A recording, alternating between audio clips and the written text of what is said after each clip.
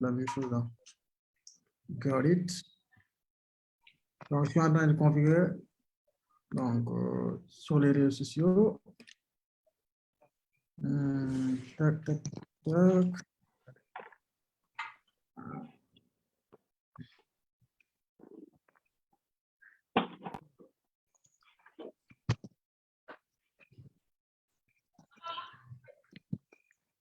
OK, super. Donc là, la configuration, c'est bon. Nous sommes sur Facebook et sur YouTube aussi. Donc, Gérard, on peut attendre quelques minutes, non, quelques secondes, hein. Quelques secondes ou quelques minutes. Il n'y a aucun souci. OK. Sinon, et l'école? Ça va. Hein? OK, OK. J'ai quitté Alphonse tout à l'heure, là. Je lui ai dit, j'arrive. Ah, Alphonse, il est là. Ouais, il est là. OK. Il y a aussi Diambo. Donc, après, une fois commencé, donc les autres, vous pouvez fermer votre micro pour que les choses soient plus fluides, quoi. Donc, pour aujourd'hui, le live sera, on va streamer sur Facebook et sur Zoom, bien sûr, donc sur les deux. OK, donc, Gérard, je pense que vous avez la possibilité de partager, hein, si vous voulez. Vous pouvez partager aussi votre écran.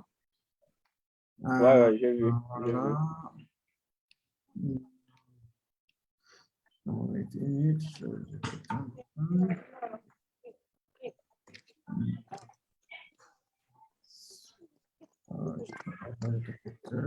C'est bon. Le partage marche. OK, voilà.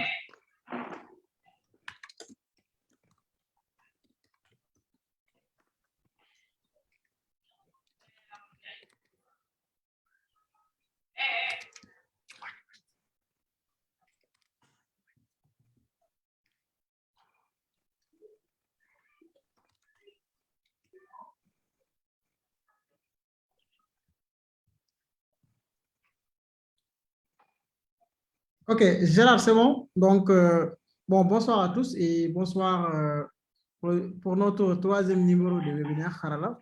Donc, aujourd'hui, nous avons le plaisir d'accueillir l'un des meilleurs dans le domaine de la cybersécurité, surtout côté social, côté prévention, côté aide. Gérard est une personne qui nous avons bossé presque depuis 4 ans ou 5 ans. Et il n'a jamais changé. À chaque fois, il est le même genre. Donc, je l'apprécie beaucoup, Ruth SN.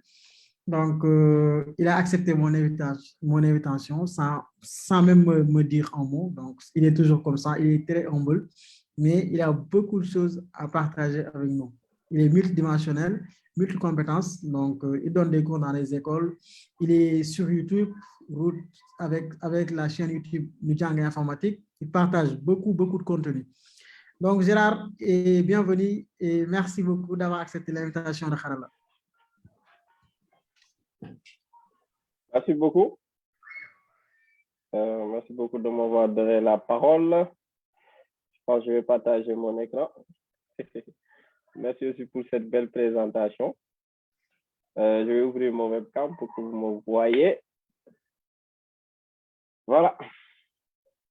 Donc, tout d'abord, je remercie l'équipe Harala de m'avoir donné cette occasion, comme chaque fois, de pouvoir m'adresser à pas mal de personnes. Comme j'aime toujours le dire, je suis un grand apprenant, je ne suis pas un expert. Donc, là, j'ai capé le débat et aujourd'hui, ce qui nous réunit, c'est comment lancer sa carrière en cybersécurité. Donc, sans plus tarder, attendez, je vais regarder si vous voyez. C'est bon, vous voyez?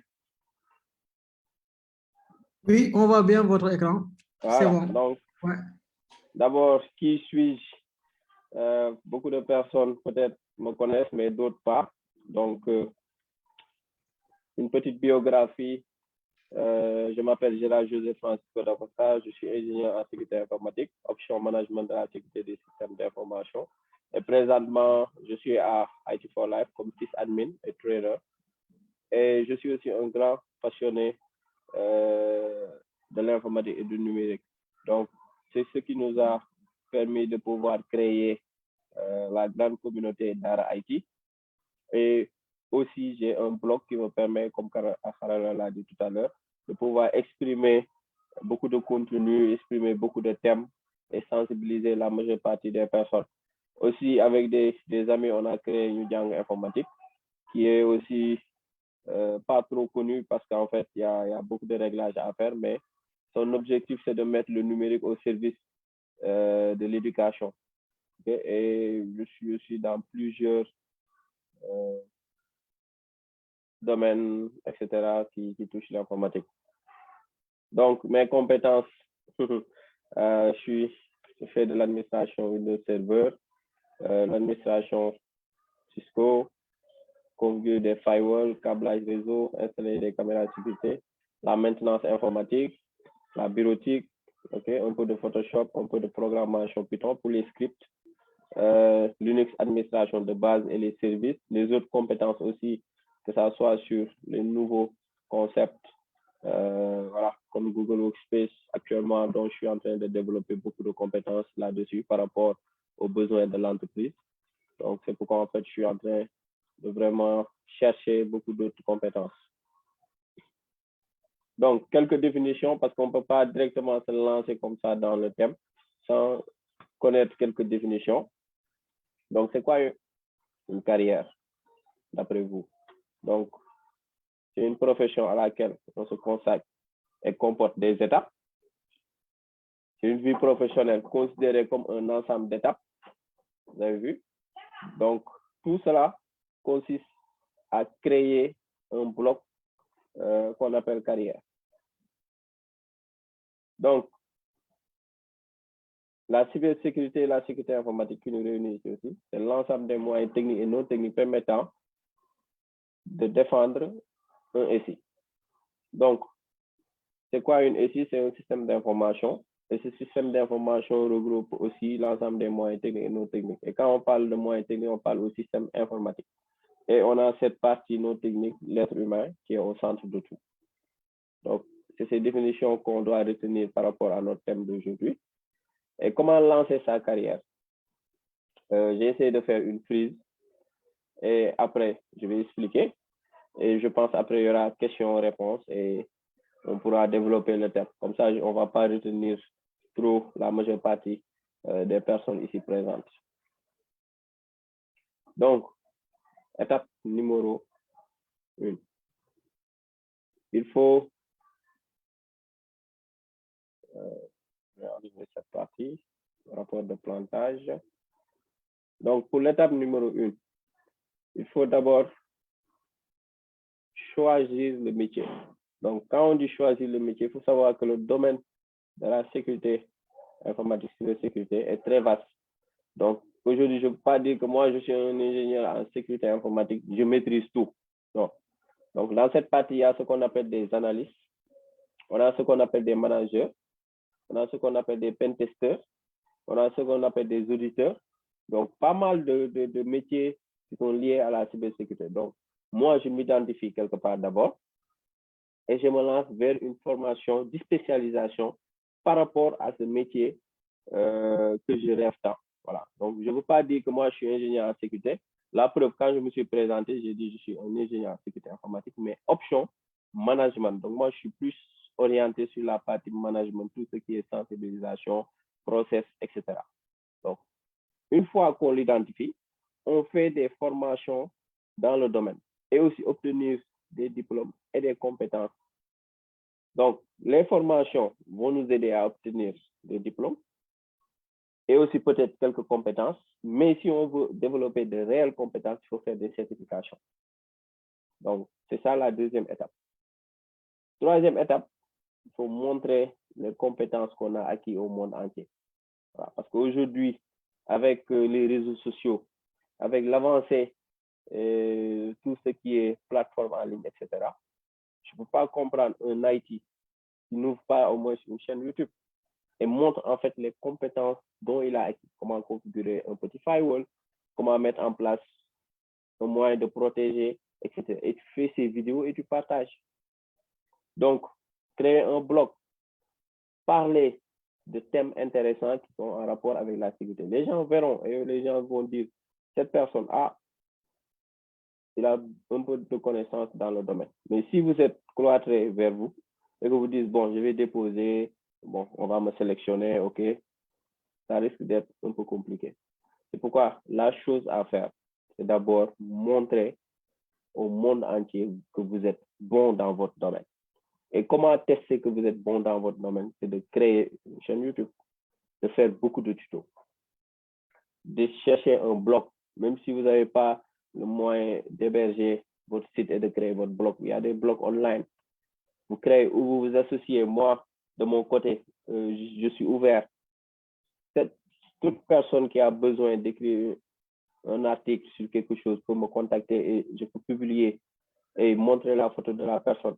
Donc, n'hésitez pas. Donc, cette partie-là est très importante. Il faut faire votre branding. Il faut que le monde puisse savoir vous êtes qui. Moi, aujourd'hui, je ne dirais pas que je suis le meilleur parce que je ne suis pas le meilleur.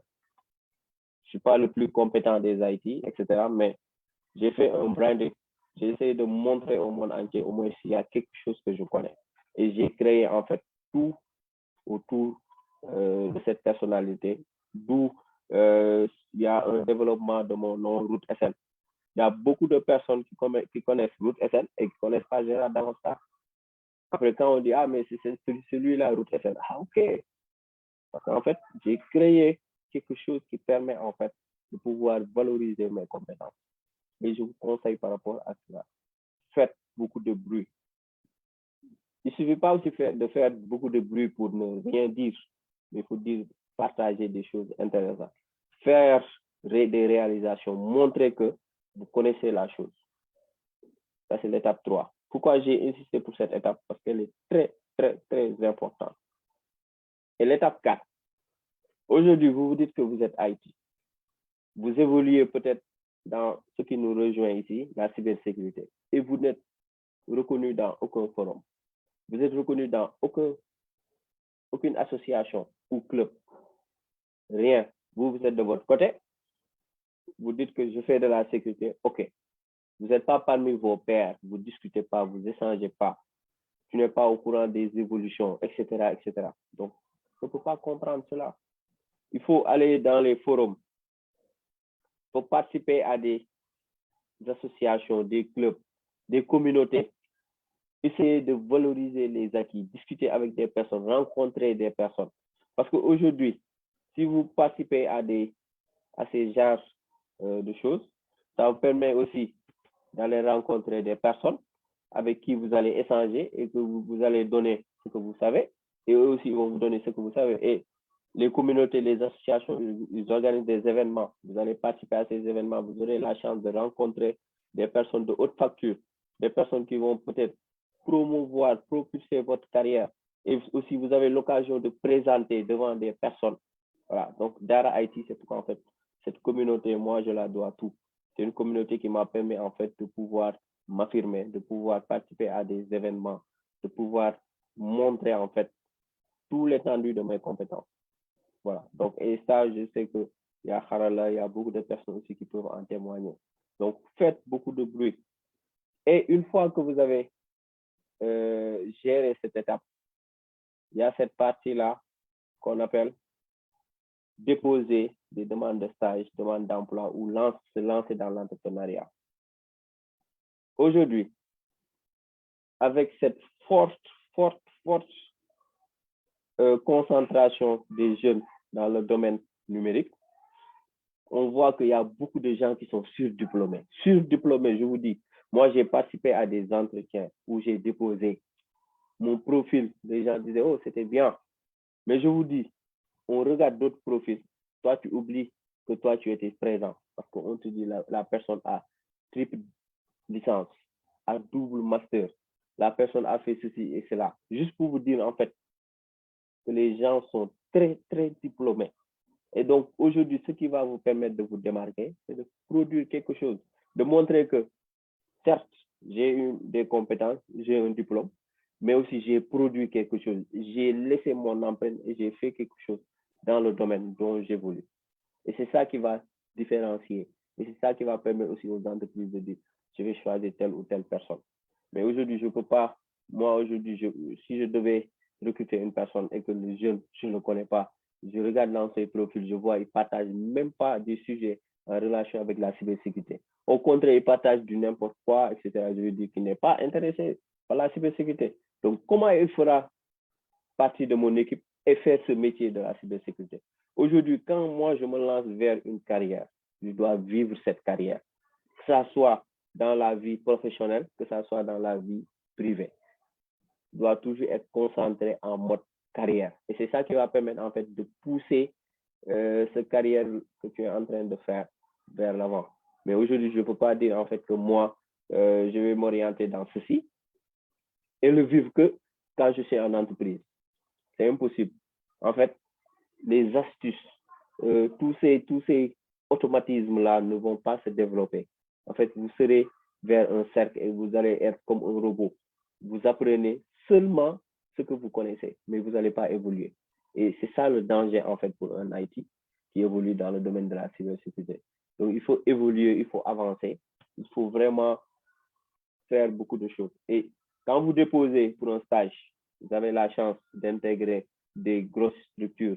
Vous allez beaucoup apprendre. Moi, j'ai eu la chance d'intégrer l'Agence de l'informatique de l'État comme mon premier stage dans le monde professionnel. Puis, j'ai fait pas mal d'autres boulots. Et après, je me suis lancé dans l'entrepreneuriat. J'ai fait pendant 2 ans. J'ai fait de l'entrepreneuriat, j'ai donné des cours, j'ai participé dans mes startups, etc., etc. Jusqu'au moment où j'ai intégré IT for Life parce que l'entrepreneuriat, comme on le dit, c'est trop dur. Il y a un moment où, si vraiment tu veux évoluer, il faut aller avoir de l'expérience, surtout dans le domaine où nous sommes. Il faut que les gens, les clients dont tu rencontres soient rassurés que cette personne connaît la vie en entreprise. Cette personne a eu à diriger des projets d'autres. Mais aujourd'hui, je ne peux pas dire que je suis entrepreneur. Automatiquement, donnez-moi des projets fast. Non, il faut aller apprendre comment on gère un projet, comment on fait ceci, cela. Avoir de l'expérience et vous revenir entreprendre. Donc, ce domaine est très vaste. Comme je le dis, il faut le respecter, choisir son métier qui vous correspond. Ce n'est pas parce que Gérard fait du management, Gérard, c'est mon idole, moi, si je vais faire du management. Non. Il y a des personnes qui sont plus bons dans les compétences techniques.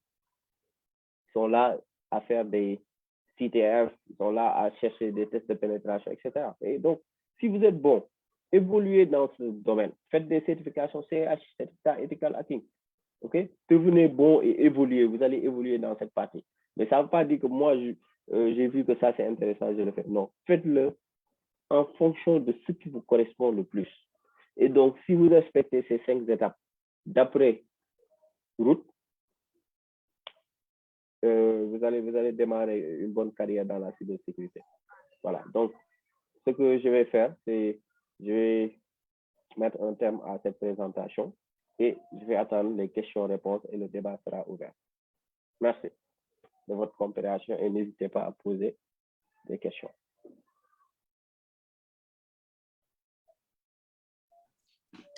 Bon, merci beaucoup, Gérard, pour cette excellente présentation. C'est comme d'avant. Je me rappelle beaucoup de notre séance à ESM. Donc, c'était notre deuxième atelier. C'était très, très bien passé. Donc, moi j'ai une petite question hein, pour vous. Donc, aujourd'hui, Gérard, vous êtes très, très populaire. Hein? Ça, tout le monde le sait, avec Route SN.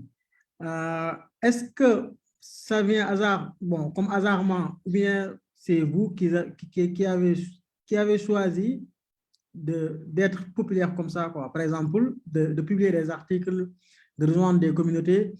Il y a quelque chose qui vous a poussé. Vous aimez le partage ou bien il y a d'autres motivations quoi, derrière?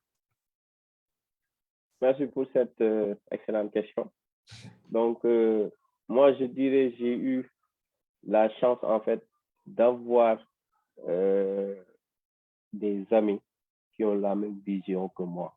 Donc, surtout Tala, surtout Harala et beaucoup d'autres personnes. On a cheminé ensemble. On a fixé des buts, en fait. En fait, c'est, je ne sais pas comment l'expliquer. Il y avait une rivalité, mais une rivalité dans le bon sens. En fait, on s'entraidait, on avait des compétitions ensemble parce que j'ai toujours envie d'être le meilleur, l'autre aussi a toujours envie d'être le meilleur, mais sans méchanceté. On se poussait de l'avant et on voulait vraiment progresser dans notre domaine. Et la communauté d'Art Haïti, comment elle est née? On était dans un groupe, on se partageait, et moi, d'un clic, j'ai vu que j'étais très à l'aise dans les réponses, partager des choses, faire des recherches, aller chercher, revenir. Et je me suis dit, waouh, pourquoi ne pas exploiter et creuser cette chose? Et je n'ai pas regretté. Je me suis mis des nuits et des nuits à veiller, à faire des recherches, toujours pour pouvoir donner la bonne réponse. Et d'un coup, je me suis retrouvé avec beaucoup de connaissances, même si je suis encore très loin de mes objectifs, mais je me suis retrouvé avec beaucoup de compétences aussi. Et je me suis dit, et tout est venu à point nommé parce qu'on a créé Dara Haïti ensemble avec Harala, avec Tala, etc. Et on est parti vers d'autres horizons. Aujourd'hui, moi, si on me disait pendant des années en arrière que tu allais présenter là où Macky Sall même s'est assis, je vais dire non. On est parti au King Fahd Palace. On est parti s'asseoir dans la salle principale où les présidents s'assoient. On a animé des conférences. On est parti partout. On a animé des webinaires internationaux, etc. Mais tout cela, qu'est-ce qui l'a permis? C'est la communauté. C'est pourquoi, en fait, j'attire votre attention, les jeunes, ou j'attire votre attention, toutes les personnes, en fait, qui sont débutants dans le domaine. Faites partie des communautés. Ça vous permet de vous donner une force de caractère et ça vous permet de voir des modèles. Parce que moi, en fait, j'ai eu la chance de connaître beaucoup de modèles. Et ces personnes m'ont inspiré et m'ont tiré vers l'avant et les choses sont venues comme ça. C'est super, hein? C'est super, c'est naturel, quoi. Vous aimez beaucoup le partage. Donc, il y a d'autres qui sont là, qui veulent poser des questions. Il y a M. Bamba Faye. Bamba Faye, oui. Ouais, vous avez la parole. Si vous avez des questions, contributions. D'accord, merci beaucoup. Alors, je pense que vous me recevez. Oui, 5 sur 5. D'accord, merci. D'accord, merci beaucoup à Harala Team, merci beaucoup à Zéro Costa. Donc, je me présente, je me nomme Bamba Faye. Actuellement, je suis étudiant en cybersécurité à l'Institut professionnel pour la sécurité informatique de POSI. Alors, Gérard, c'est une personne que je suis beaucoup, hein, donc je pense pratiquement tout mon temps à regarder donc au niveau de sa page Instagram, sur Facebook, ainsi que toutes les publications qu'il est en train quand même de partager. Et j'avoue que donc c'est une personne vraiment actuellement, je veux dire même qu'une personne qui m'a beaucoup poussé même à être dans le domaine. Parce que avant de m'inscrire dans le domaine de la cybersécurité, je me rappelle donc je surfais comme ça sur Facebook. Après, par hasard, donc je suis tombé sur sa page Facebook. Après, j'ai entré et pourtant je lui ai envoyé un message par Messenger et je lui ai demandé maintenant comment être ingénieur dans le domaine de la cybersécurité ou bien comment être expert dans le domaine de la cybersécurité. Et là, il a pris tout son temps pour m'expliquer. Donc, il faut faire une formation dans ce domaine-là, après faire une formation dans ce domaine-là, faire ceci, faire ceci.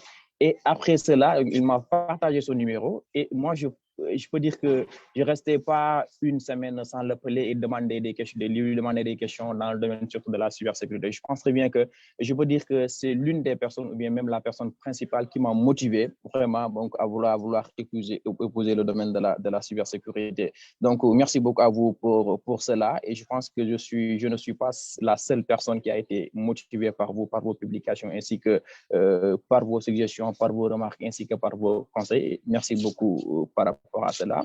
Et je vous félicite et je vous encourage. Et par contre, moi, donc j'ai une petite question, c'est-à-dire que qu'est-ce qu'on a constaté? Moi, j'ai constaté, par exemple, au Sénégal, c'est-à-dire que on parle le plus souvent donc de la sécurité. On parle de la sécurité, il faut augmenter la sécurité par-ci, mais le plus souvent, on parle de la sécurité physique. Donc, on parle ici de recrutement des gendarmes, des militaires, de policiers, etc. Mais je n'ai pas encore vu une politique nette, bien établie, une politique déterminée, vraiment qui a un objectif bien calé, bien général, dans le cadre de la cybersécurité. Donc, ça dit que je n'entends pas nos autorités politiques vraiment poser des jalons, faire une politique en ce qui concerne la cybersécurité et sécuriser surtout au niveau aussi des entreprises privées ainsi qu'au niveau des entreprises comment dire, de l'État.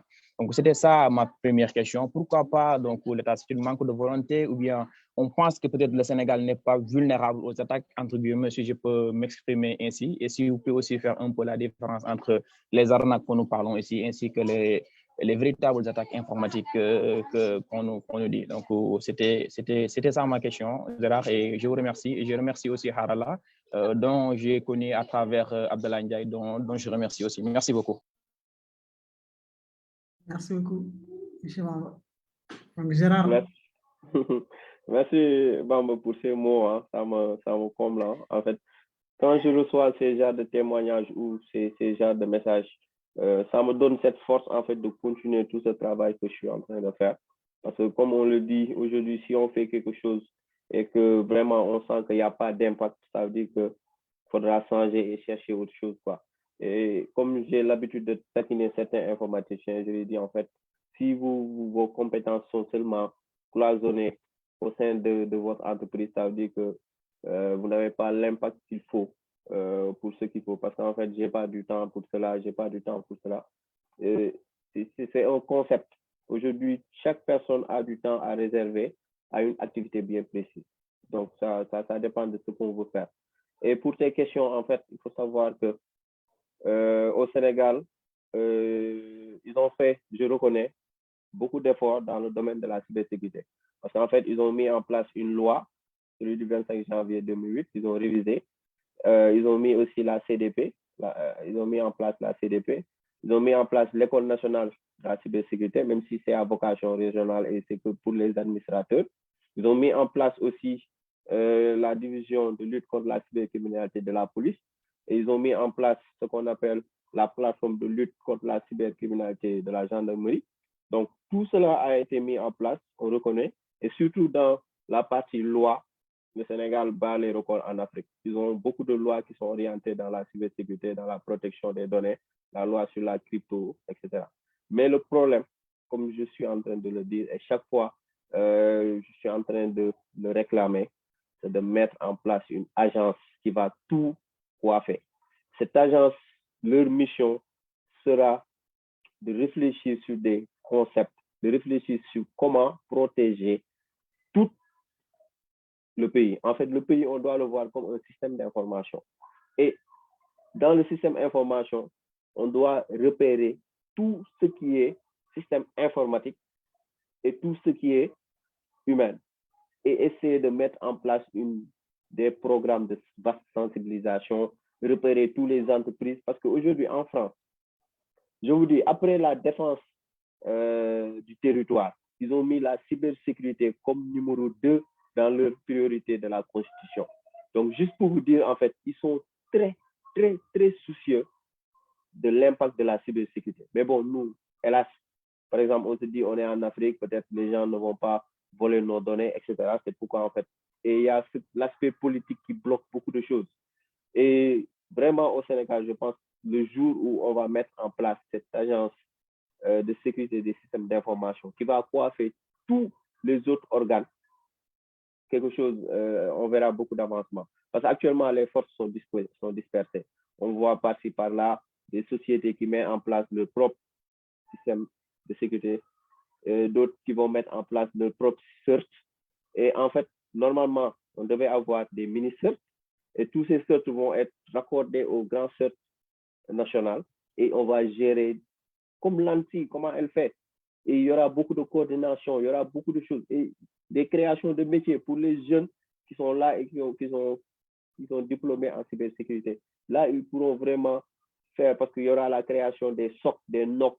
On aura besoin des techniciens, des analystes, etc. Des gens qui vont mettre en place les SIEM, superviser, etc. Donc, en fait, préparez-vous. Hein. Je vous dis, il faut vous préparer parce que tôt ou tard, le Sénégal devra prendre ses responsabilités et devra mettre en place quelque chose de sûr pour la défense de la du cyberespace des frontières. Donc, il faut qu'on puisse vraiment se préparer par rapport à ça. Maintenant, par rapport à Donc, vous pouvez continuer sur l'autre question? Oui, c'est ça. Donc, par rapport à l'autre question, il faut savoir qu'aujourd'hui, au Sénégal, on a inséré beaucoup de menaces informatiques, hein, que ça soit au niveau des ransomware, que ça soit au niveau, surtout, ce que je déplore le plus, c'est l'ingénierie sociale. Pourquoi? Parce qu'aujourd'hui, nous savons que le Sénégal, peut-être les pays d'Afrique, la majorité des personnes ne vivent pas aisément. Donc aujourd'hui, une personne qui viendra vous dire, par exemple, je vais vous donner combien de millions, mais mon compte est bloqué, merci de m'aider à le débloquer, après vous aurez ça. Donc, en fait, vous allez vivre d'espoir. Et aujourd'hui, si vous n'avez pas une personne comme moi qui va vous dire, attention, c'est une arnaque, vous allez donner de l'argent. Et après, la personne reviendra vous dire, voici les documents, on m'a dit encore de faire. Et par exemple, vous, si vous dites, par exemple, si je dépense 500 000 pour gagner 500 millions, ce n'est rien du tout. Et vous allez donner. À la fin, vous serez dépendant. Donc, d'autres aussi, comme on le dit aujourd'hui, le pays est devenu tellement changé parce qu'aujourd'hui, on a pris une autre culture. Les gens sur la partie sexualité, sur la partie, etc. Quelqu'un vient, vous ne savez pas la personne, et vous dit que c'est une fille, et vous, aujourd'hui, vous lui donnez votre numéro et vous vous échangez des nudes. Et quand vous vous échangez des nudes, cette personne prend vos nudes et vous menace de publier ça en ligne et vous demande de l'argent. Donc, ces phénomènes-là ont été tellement reçus en plainte durant les périodes de confinement parce que les gens ont été hyper connectés. Et donc, les hackers ont profité de cette occasion pour pouvoir vraiment faire beaucoup d'ingénierie sociale. Et beaucoup de personnes sont tombées. Moi, je recevais tellement d'appels et de messages de personnes qui sont tombées sur ça et qui me demandaient des conseils et qui étaient paniquées, des personnes qui disaient si ces images tombent aux yeux de leur famille, ils vont se suicider. Donc, juste pour vous dire, en fait, c'est quelque chose de vraiment dangereux. Et il faut savoir s'il y a des types d'attaquants plus dangereux aussi, que parfois les sociétés ne communiquent pas, parce que aussi les sociétés, quand une société communique qu'il a été victime d'une cyberattaque, il y a beaucoup de choses. Il va perdre sa crédibilité, il va perdre beaucoup aussi de choses. Hein. Donc, c'est pourquoi, en fait, beaucoup de sociétés n'aiment pas trop communiquer sur les tentatives d'intrusion ou les menaces. Super. Bon, Gérard, ça c'est très intéressant. Surtout mettre des initiatives comme sécurité de notre grand Aïdara. Je pense qu'il est là. Et il y a des personnes aussi qui sont dans le domaine qui essayent toujours de faire des initiatives. Donc, toutes ces personnes, on les encourage, on les félicite parce que ce n'est pas facile, qu'on est dans un pays où les gens n'ont pas de culture numérique, beaucoup. Hein. Donc, ce genre d'initiative, c'est apprécié. Donc, congrès à Aïda. Gérard, s'il y a d'autres personnes qui veulent poser des questions ici, il y a M. Mounirou Tandian. Donc, vous avez la parole. Merci Harala. Bonsoir à toute l'assistance. Vous me recevez? Oui, 5 sur 5. Voilà, donc je disais bonsoir à toute l'assistance et merci à M. Dacosta pour cette première partie de présentation. Moi, je vais déjà vous féliciter d'ailleurs pour le travail abattu pendant tout ce temps. Je pense que je suis très bien placé pour témoigner du sacrifice que M. Dacosta a fait durant toute sa carrière pour acquérir ses connaissances et les partager avec tout le monde. Donc, pour cela, félicitations et tous mes encouragements pour la suite. Voilà. Moi, mes questions vont s'orienter par rapport au sujet de ce soir. Donc, je voudrais poser 3 questions que je vais résumer par ceci. Donc, est-ce que pourrait pourrait avoir une carrière de cybersécurité, comment ça s'appelle encore, pourrait avoir une carrière de cybersécurité qui veut. En d'autres termes, est-ce qu'il y a des prérequis pour aspirer à avoir cette carrière, oui.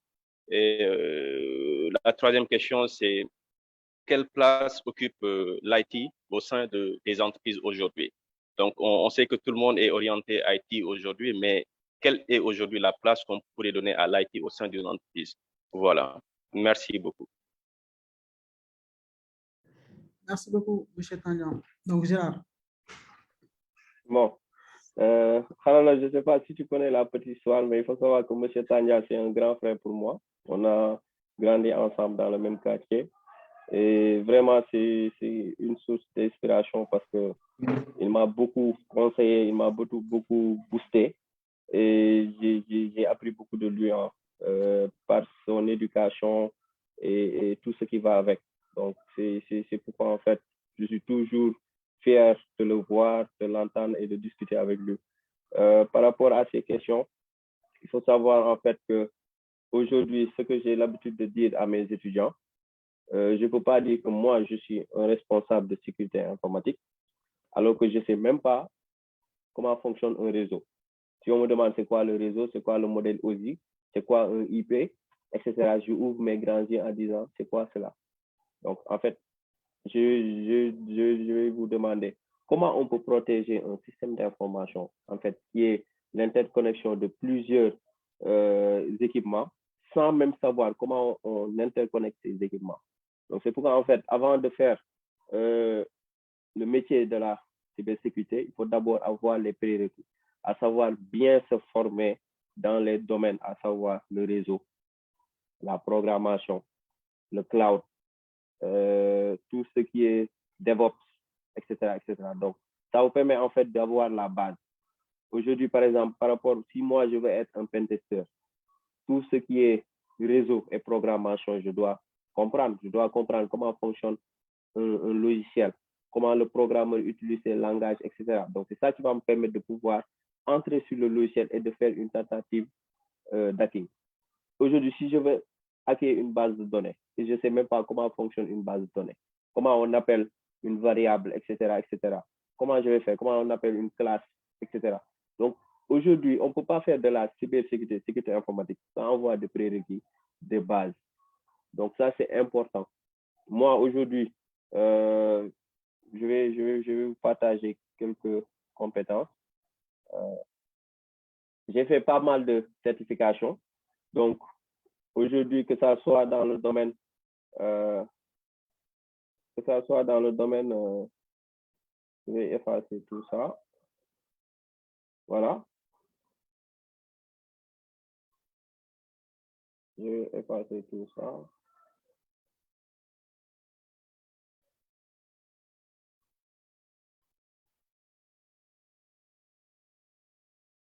Donc, que ça soit dans le domaine du réseau. D'abord, moi, j'ai commencé par avoir d'abord un DTS en maintenance réseau. J'ai fait un DPS en réseau système. J'ai fait aussi une licence en sécurité informatique, un master en management de la sécurité des systèmes d'information. Et j'ai aussi fait beaucoup de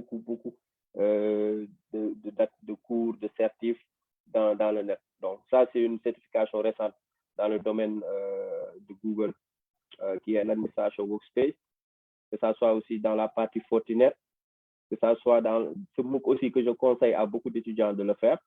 C'est un MOOC qui a été développé par Anti. Ça vous permet aussi de connaître qu'est-ce qui est la sécurité informatique, etc. Beaucoup de choses très intéressantes et je vous conseille de le faire. J'ai fait dans la partie intelligence artificielle, etc. Dans la partie Splunk, qui est un CIEM. J'ai fait beaucoup d'autres, gestion de projets, machine learning, etc., etc. Donc, beaucoup sur le ethical hacking, donc sur la cybersécurité, ainsi de suite. Donc, j'ai fait pas mal de choses du domaine qui m'ont permis au moins d'acquérir beaucoup de connaissances dans le domaine. Et je ne peux pas venir et sauter et vous dire que ouais, je vais faire de la sécurité informatique sans pour autant maîtriser la base. Donc, c'est essentiel de maîtriser la base. Et merci, M. Tandian, pour ce rappel. Parce qu'en fait, j'avais oublié de le dire, il faut vraiment avoir la base. Parce que la sécurité, voyez-le comme c'est une autre couche. La preuve, moi, actuellement, je travaille comme sysadmin. Mais étant sysadmin, j'ajoute la couche sécurité dans toutes mes interventions. Donc, aujourd'hui, quand je configure un routeur, je ne vais pas laisser les paramètres par défaut. Parce que je sais qu'en mode sécurité, le hacker, ce qu'il va faire en premier, c'est tester les paramètres par défaut. Donc, je vais changer. Quand il y a le port 80, je mets 80-80. Quand il y a l'adresse 192.168.1.1, sachant que chaque routeur presque on le laisse comme ça, je change, etc., etc. Donc, c'est comme ça en fait qu'on qu'on gère beaucoup de choses. Et pour l'autre question, vous pouvez me le rappeler, M. Tanya, l'autre question? Oui, c'est plutôt la place des IT au sein des entreprises aujourd'hui. Voilà. Donc, pour cette question aussi, actuellement, je dirais au Sénégal, c'est assez acceptable. Avant, c'était pas, avant, on ne comprenait pas. En fait, les IT n'étaient pas pris en considération. Mais actuellement, ils ont compris l'importance des IT. Et même maintenant, en fait, certaines entreprises qui sont très évoluées ont réservé une place à l'administration lors des réunions administratives aux IT. Donc, ils vont prendre un responsable IT qui viendra défendre le budget et ce dont les IT ont besoin. Mais avant, on avait un sérieux problème pour avoir un budget pour travailler, etc. On dit, débrouillez-vous, vous êtes des informaticiens. Et en fait, un faible budget et les gens attendaient beaucoup de performances de l'IT. Et l'IT était vu comme un saint. Donc, quand il est là, les gens sont toujours derrière lui quand tout marche. OK, tu es l'ami de tout le monde, mais quand rien ne marche, tu deviens l'ennemi de tout le monde. Donc, c'est pourquoi, en fait, un IT, sa place doit être plus valorisée dans le domaine IT. Et aujourd'hui, que ça soit surtout le RSI, donc le responsable de sécurité des systèmes d'information, il doit être comme le bras droit du DG. Donc, ce gars doit être près du DG parce qu'il doit être la personne qui doit alerter le DG à tout moment quand il y a risque cyber, etc. et quoi faire pour protéger un système d'information. Parce qu'aujourd'hui, si une entreprise gagne beaucoup d'argent, si une entreprise fait beaucoup de profits et qui ne protège pas ses données ou son système d'information, le jour qu'il sera hacké, c'est fini de tout cela. C'est pourquoi un IT, les entreprises doivent revoir la position d'un IT. Mais actuellement, au Sénégal, c'est assez acceptable et je pense peut-être que ça va évoluer. Super. Donc, Gérald, bon, merci beaucoup pour les éclaircissements et les réponses. Il y a une autre question dans le chat. C'est Amadou Djedjou. Il demande qu'est-ce qu'il me faut pour entreprendre en cybersécurité? J'ai un certificat, mon administrateur réseau d'entreprise. Donc, il veut évoluer dans l'IT en tant qu'entrepreneur, pour entreprendre dans le domaine. Donc, qu'est-ce qu'il lui faut, quoi? Quels sont les conseils que tu vas lui donner? Voilà. Donc, déjà, lui, il a un certificat en réseau. Donc, déjà, il a les bases. Et ce que je lui conseille, c'est d'aller faire des certifications dans le domaine de la cybersécurité. Donc, de savoir déjà c'est quoi un système d'information, comment le protéger, de connaître les notions de la sécurité informatique, cybersécurité, tout cela, de faire des séminaires de formation, etc. Et une fois qu'il a acquis tous ces compétences, d'aller faire un stage en sécurité informatique dans un département où il va voir en fait comment fonctionne la sécurité informatique. Et une fois qu'il a de l'expérience, même travailler 1 an ou 2 ans et après il peut se lancer dans l'entrepreneuriat. Parce qu'aujourd'hui, je vous dis, quand on fait de l'entrepreneuriat dans le domaine de la cybersécurité, si vous n'avez pas de l'expérience, vous n'allez pas évoluer. Ça, je vous le dis déjà à présent. Parce qu'aujourd'hui, si vous voyez les plus grandes agences qui sont là à entreprendre dans la cybersécurité, le DSI, c'est des personnes qui ont plus de 10 ans d'expérience. Ces startups-là n'hésitent même pas à prendre des personnes qui sont très, très expérimentées dans le domaine. Parce qu'aujourd'hui, quand vous soumettez à un appel de projet, on vous demande en fait le profil de vos personnes. Et parfois, il y a une barème. Il y a un barème qu'on demande et ce barème-là, si vraiment une personne comme moi n'est pas assez spécialisée dans le domaine, je risque de perdre ces marchés. Imaginez pendant des années, je perds ces marchés parce que quoi? Je suis jamais allé en entreprise, j'ai jamais été dans des projets pareils, etc. Donc, il faut savoir en fait que la cybersécurité est placée dans une sphère très évoluée. Donc, peut-être dans le réseau, etc., vous pouvez entreprendre parce que vous pouvez. Mais quand on parle de cybersécurité, c'est très évolué. Il faut d'abord avoir beaucoup d'expérience pour que les entreprises vous fassent confiance et vous donnent en fait, par exemple, une mission d'audit pour auditer leur entreprise, etc. Donc, il faut vraiment, ce que je vous conseille, il faut aller en entreprise et chercher beaucoup d'expérience puis revenir. Donc, ça, c'est bien, il faut de l'expérience. Moi, il y a une question dans le formulaire. C'est, par exemple, aujourd'hui, est-ce qu'il y a des opportunités pour quelqu'un qui s'est formé dans la cybersécurité de trouver un emploi? Est-ce qu'il y a beaucoup d'offres réellement? et où est-ce qu'on trouve ces offres d'emploi? Ok, donc il faut savoir en fait que c'est ce que je disais, hein, ici au Sénégal, en fait, on comprend pas encore l'enjeu de la cybersécurité. C'est pourquoi, en fait, même quelqu'un comme moi qui est spécialisé dans le domaine de la cybersécurité, sécurité informatique, je suis obligé parfois de me rabattre et de devenir un sysadmin. Et après, c'est là que je vais ajouter la couche sécurité. Parce qu'en fait, il y a plus de demandes dans la partie administration système que les offres de sécurité. Donc, rares entreprises, vous verrez, ils vont envoyer des demandes d'emploi dans le domaine de la sécurité informatique. Et parfois, quand vous regardez ces offres d'emploi, vous voyez qu'ils ont besoin de personnes expérimentées. Quand vous lisez et vous regardez en fait ce qu'ils demandent comme compétences, ce qu'ils demandent comme certification, vous vous dites non, je ne suis pas à la hauteur. Donc, c'est ça aussi le dilemme. Les entreprises veulent avoir quelqu'un qui est déjà prêt et qui peut gérer la sécurité informatique et prendre d'autres personnes qui vont former en interne. Donc, c'est comme ça que les entreprises évoluent maintenant. Ils prennent quelqu'un qui est plus évolué dans le domaine de la sécurité informatique et après, cette personne va former le personnel IT qui est là-bas et ils vont devenir de bonnes personnes en sécurité informatique. Et vraiment, il faut aussi voir vers l'extérieur, surtout en Europe, en France. Il y a beaucoup d'offres. Récemment, sur LinkedIn, j'ai vu qu'ils sont en train de la partie cyberdéfense est en train de recruter des personnes dans le domaine de la cybersécurité et ils appellent que ça soit civil, militaire, paramilitaire, toutes les personnes qui veulent devenir des experts en cybersécurité, ils vont les former et ils vont les mettre dans l'administration. Et je pense peut-être le Sénégal, comme je l'ai dit, il faut qu'on se prépare parce qu'actuellement, on est en train de mettre en place beaucoup de systèmes d'information. Et ces systèmes d'information, on aura besoin de personnes qui sont spécialisées dans la cybersécurité, de pouvoir protéger ces installations. Voilà, donc c'est quelque chose, d'ici 5 ans ou 10 ans, ce sera effectif. Super, donc c'est intéressant, quoi. C'est très intéressant. Aussi, en tant qu'IT, nous ne devons pas nous limiter seulement sur nos compétences de base. Comme Gérard, souvent, il évolue en tant que sysadmin.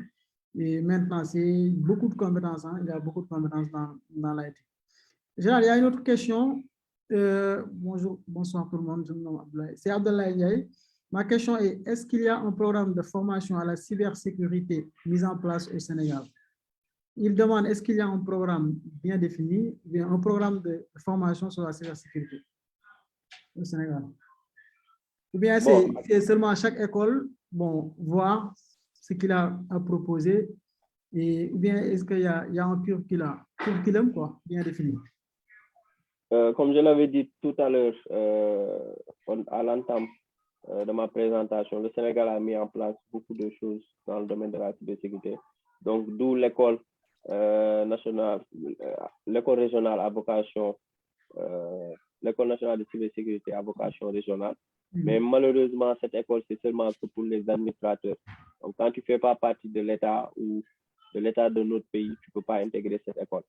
Et pour les autres écoles, moi, l'école dont je suis sorti, IT School, ils ont le programme bien défini.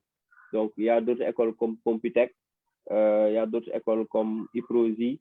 Donc, toutes ces écoles, en fait, créent leur propre programme de cybersécurité suivant la personne qui est là-bas, en fait, qui est responsable du programme des cours.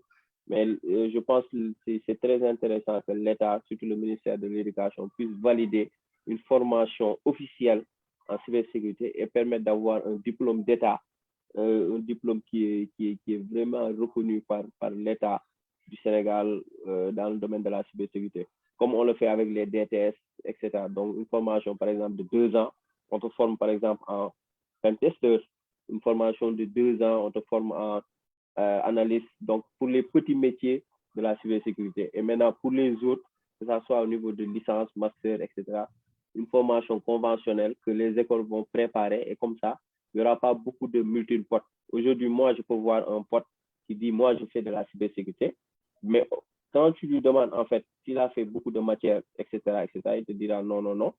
En fait, il fait beaucoup de crypto. Donc, la personne est plus mathématique, chercher, cacher des choses que dans la partie, ce qu'on attend réellement de la cybersécurité. Tu peux voir aussi une personne comme moi qui dit je suis plus orienté dans la partie management.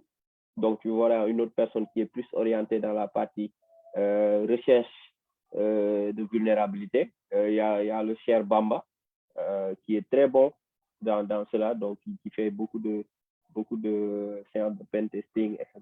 Donc, il y a ça. Donc, il y a quelque chose qui est trop mélangé et je pense que l'État du Sénégal devrait faire quelque chose en invitant au dialogue tous ces experts de la cybersécurité qui vont définir un programme bien établi et un programme qui est aussi adapté aux besoins réels du continent. En fait, le continent africain, le pays. C'est ça que j'ai à dire.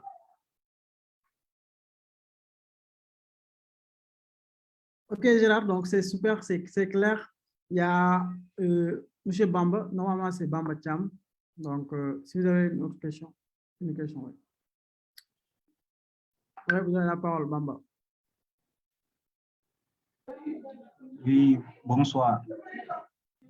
Oui, bonsoir, on vous entend très bien. Allô?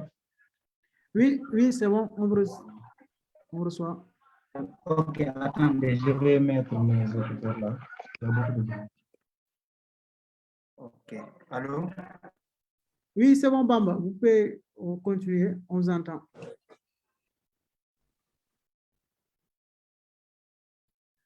Jean, je pense qu'il a un problème de micro. Donc, s'il y a une autre personne qui veut contribuer ou bien poser des questions, en attendant que Bamba soit prêt. Bonsoir. Oui, bonsoir. Bon, je me présente, je suis Bamba Seydi. Je suis étudiant en master de droit du numérique à l'université de Bambey. Bon, je remercie le présentateur de cette brillante présentation. Ça a été vraiment important et ça nous captive et nous permet de bien réfléchir sur des questions d'avenir, quoi. Bon, dans le cadre de mon mémoire, je travaille sur la cybercriminalité. Bon, et les recherches que j'ai eu à faire m'ont beaucoup permis de voir que le Sénégal est tellement en retard dans le domaine du numérique. Bon, parce que, comme vous l'avez dit, il y a des moyens qui sont mis pour essayer de lutter contre la cybercriminalité, mais ça reste parce que on prend des petits États comme la France, ils ont mis en place une armée même qui est spécialement qui fait ses activités sur la sécurité haute. Bon, j'ai deux questions. La première, c'est par rapport à l'économie numérique.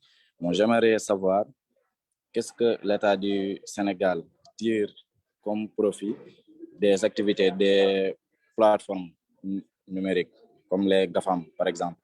Bon, la deuxième, c'est que à la fin de mes études, j'aimerais travailler dans le domaine des finances, surtout sur la question relative aux crypto-monnaies.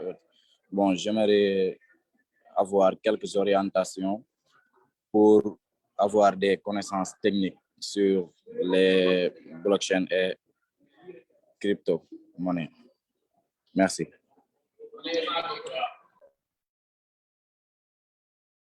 Ok, je pense que c'est clair. Delta. Bon, merci Bamba. Ok, oui, Gérard, oui, vas-y. Merci Bamba pour cette belle intervention. Donc, il faut savoir en fait pour la première question, j'ai eu à intervenir pour le compte d'un journal de notre pays. Je pense que c'était au Cameroun, je ne sais plus. Donc là, on m'avait posé une question pour me demander en fait comment les États africains peuvent lutter contre ces GAFAM. Donc aujourd'hui, je me dis, je donne l'exemple qui est plus simple. L'Europe a dû mettre en place la RGPD pour pouvoir lutter contre ces GAFAM. Et comment lutter contre ces GAFAM? C'est seulement mettre en place des amendes. Depuis que la RGPD a été mise en place, c'est seulement ils ont collé des amendes aux GAFAM. Parce qu'ils ne peuvent pas l'interdire d'exploiter nos données. En fait, eux, ils ont toujours des moyens de pouvoir l'exploiter. Et aujourd'hui, au Sénégal, qui est un petit pays, s'ils veulent s'attaquer à ces GAFAM, ils risquent d'être écrasés parce que le budget, même le petit budget alloué à un département informatique de ces GAFAM, est-ce qu'il n'est pas plus coûteux que le budget alloués à l'ensemble du territoire. Donc, c'est juste pour vous dire, en fait, ces GAFAM ont beaucoup investi et sont très préparés aux attaques des autres États. Et l'Afrique, si on veut avoir un moyen de pouvoir lutter contre ces GAFAM, ce n'est pas que le Sénégal qui va lutter contre ces GAFAM ou le Mali. C'est une stratégie continentale africaine. Donc, tous les pays d'Afrique doivent se regrouper, mettre en place des stratégies qui vont permettre, eux, ensemble, de lutter contre ces GAFAM. Mais ce n'est pas un ou deux pays qui vont pouvoir lutter. Et moi, pour cette partie économie numérique, bon, je ne suis pas au fait des choses parce que l'État ne communique pas. Il n'y a aucune plateforme qui nous permet de vérifier les choses. Mais je pense qu'ils ne gagnent absolument rien par rapport à ça. Et parce qu'en fait, pour pouvoir gagner, il faut mettre en place des process, il faut mettre en place tout ce qu'il faut pour pouvoir couvrir ces activités. Et malheureusement, ils n'ont pas la main dessus. Et par rapport à l'autre question, blockchain, etc., donc il faut savoir que c'est des nouvelles technologies et c'est des technologies qui sont accessibles à tout le monde. Va en ligne, forme-toi, il y a beaucoup de liens qui sont là-bas en fait, qui peuvent t'aider à acquérir beaucoup de compétences par rapport au blockchain, tout ce qui est crypto-monnaie, etc. Et c'est quelque chose qui va beaucoup impacter durant Gérard, je pense que c'est bien pour... Il y a la dernière question qu'on va prendre, c'est Michel Delta, c'est dans les entreprises sénégalaises, quelle est la fréquence de recrutement des experts en cybersécurité? Donc, tout à l'heure, on a parlé de recrutement de manière générale, mais lui, il est spécifique côté expert en cybersécurité. S'il y a des recrutements, pas trop, hein, c'est moi qui est sur LinkedIn à chaque fois à regarder des offres, etc. Je n'en pas beaucoup parfois. Il y a des entreprises qui lancent, mais ce n'est pas une fréquence régulière comme en admin système, maintenance, etc. Bon. Parce qu'en fait, la partie sécurité, les gens ne la maîtrisent pas trop. Et les gens ne trouvent pas aussi l'utilité de mettre en place, de recruter un IT juste pour gérer la sécurité. Ils vont au moins lui coller d'autres travaux à faire, etc. Donc, ce n'est pas une fréquence régulière parce que les personnes ne connaissent pas. Mais l'idée, c'est d'avoir d'autres compétences et ces compétences vont vous permettre en fait de pouvoir ajouter d'autres choses. C'est ça. Ok, super Gérard. Donc, je pense que c'était très clair. Vous étiez très brillant aussi. Gérard, où est-ce qu'on peut vous trouver sur Internet? Est-ce que si vous avez des liens ou bien des communiqués à faire, donc vous pouvez le faire maintenant. Voilà. Invitez les gens d'aimer vos différentes pages, de visiter vos différents sites, blogs, etc. Et bon. vous aussi, quoi. Donc, c'est votre bon, comme je le dis, hein, tapez Route SN. Quand vous allez taper Route SN ou Gérard Dacosta sur Google, vous allez voir beaucoup de choses par rapport à moi. Et tapez aussi à mon blog www.lemondenumérique.com, Dara IT, etc. Donc, n'hésitez pas à taper. Donc, quand vous allez dans Google, si vous tapez Gérard Dacosta, donc, si vous allez voir déjà mes profils LinkedIn, vous allez voir aussi beaucoup ma tête sur les réseaux sociaux. Donc, si vous allez aussi sur Twitter, sur Facebook, essayez de taper, vous allez voir.